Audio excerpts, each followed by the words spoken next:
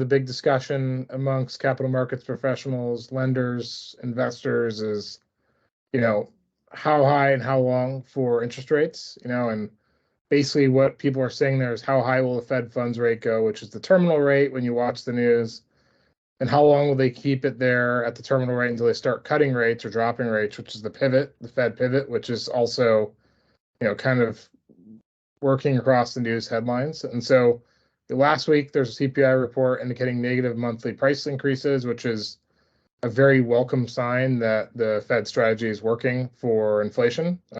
This does impact in terms of like where rates are going, and the Fed is basically committed to really putting a damper on inflation and bringing back price stability. So they've indicated that a terminal rate of 5 to 5.25, which would imply 75 more basis points in rate increases. There's 2 Fed meetings coming up. We're currently at 4.5%. I said, 75 more basis point increases. The markets, though, if you kind of watch the stock market, I know they had a bit of a rally last week that, the Fed is going to come back from their really hard-hitting policy and get a little bit more dovish and hit a terminal rate of 4.75 with the pivot in the second half of this year. And so I think looking back, as we, if we're sitting here a year ago, there's not much transparency into which way they're going to go. So, either way, we price our deals to the here and now and what we can get done for our clients. And so, the expectation is looking ahead that on Feb 1st, there's going to be a 25 basis point increase, another 25 basis point increase on March 22nd, and then a pause, which will hopefully kind of be the topping out. Fed has indicated that rates are at a terminal rate. The capital markets are really starting to loosen up, and I think that will be stability everybody's looking for, from investors, the housing market, to the rental market, to everything from Wall Street to Main Street. On the multifamily side and even on the value add, single family side, the kind of the stress everybody's waiting for in COVID now seems to be on our doorstep. We know that from just the way that lenders are looking at deals, other lenders that have made loans on multifamily, small multifamily value adds that aren't hitting their numbers. We're basing their assumptions on low interest rates and high rents and ever compressing cap rates. So we're in a decompressionary cap rate environment now, and that is why there's a much stricter lens on kind of the multifamily deals we're looking at. And then the other 2 points are there's little to no talk on recession, which I guess is a good thing. Maybe ignorance is bliss, but it seems like now a lot of the main economists out there are predicting a very slight recession, but definitely a slowdown. And then, a lot of lenders, as we've really heard over the last couple of days, are bowing out of the market. So those are kind of the big talks. Now, the one thing that I think really ties back to what we're doing on a daily basis and what we offer that's different, that's our pitch, the marketplace, besides our lending, is inventory. And so the big report from the National Association of Realtors last week was that for the first time, maybe since 2013, housing inventory dipped below 1 million units at 970,000 units. That's down 13.4% from November, and it's a 2.9 month supply at the current sales price.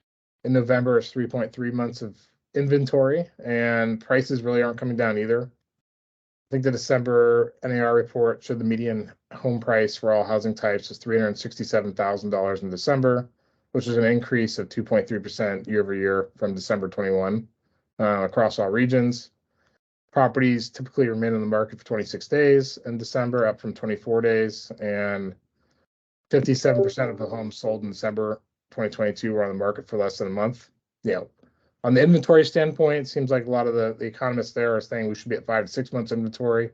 A lot of what's probably happening is that people are locked in at sub 3% rates, don't want to move. There's not too many sellers out there. And so what that means is, for our investors, whether they're super seasoned and very sophisticated, or just getting into it, we have the inventory they're looking for that is proprietary, and we also have more and more sellers coming to the property portal as we're ramping up the investors hitting the site, of offers coming in, of bids coming in, activity around the property portal. So this all plays into very well what we're offering all of our investors, including a couple of new things, which is those positive equity deals where, it's foresight into a property that's going to hit the property or the foreclosure sale, and also vacant rent ready REOs.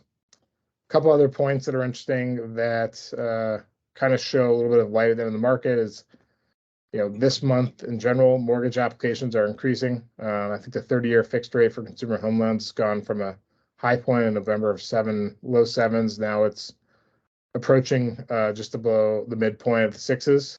The spring selling season's right around the corner, so it looks like the consumer home buyer is starting to trickle back in, which is good again for the whole ecosystem. And even for the first time since a couple of years ago, the housing market index rose for the first time. Home builders themselves are looking at it and becoming a little bit more confident about future conditions. And then the last piece that's interesting, kind of coincides with what we're building out on the really small balance multifamily side, is the nation's largest banks, who are active in kind of all the different asset classes across commercial real estate, have really pulled back on their lending. The bigger banks are looking at cities like San Francisco, Los Angeles, and DC, where leasing rates are lower than they should be. I'm keeping an eye on them. So we're starting to see apartment deals. Obviously, it's a work in progress. We got to make sure that they all work out and that there generally some room there. But that is the opportunity there, with avoiding the marketplace of hopefully stability on the horizon and smaller multifamily deals starting to retransact. It's kind of good data points as we look at ground up construction deals and kind of sizing it up versus where some of the biggest most sophisticated developers are looking at getting loans. So before the run up in construction interest rates last year, most construction loans were governed by maximum loan to cost. Typically on a Class A multifamily deal, call it up to 75% loan to cost. However, with the higher rates, the focus is shift towards like the stabilized values. And so, looking across the institutional landscape, the highest leverage that any sort of construction lender right now on the best deals getting to is 65% loan to cost. And 39% of lenders saying they're not currently offering construction financing. And basically for 61% that are offering construction financing, the majority indicated that the stabilized debt yield requirement for construction is 50 basis points higher than for existing assets. And so we're adding in more padding there to kind of offset, lack of visibility into the next 6, 12, 24 months of where things are going to be. And so there's a lot more room there on really kind of higher risk type loan. The biggest and best deals are kind of looking at, even for non-recourse and financing, at 60% loan to cost, 6% spread on top of the SOFR 30-day. So that's more or less 10% for Class A multifamily deal.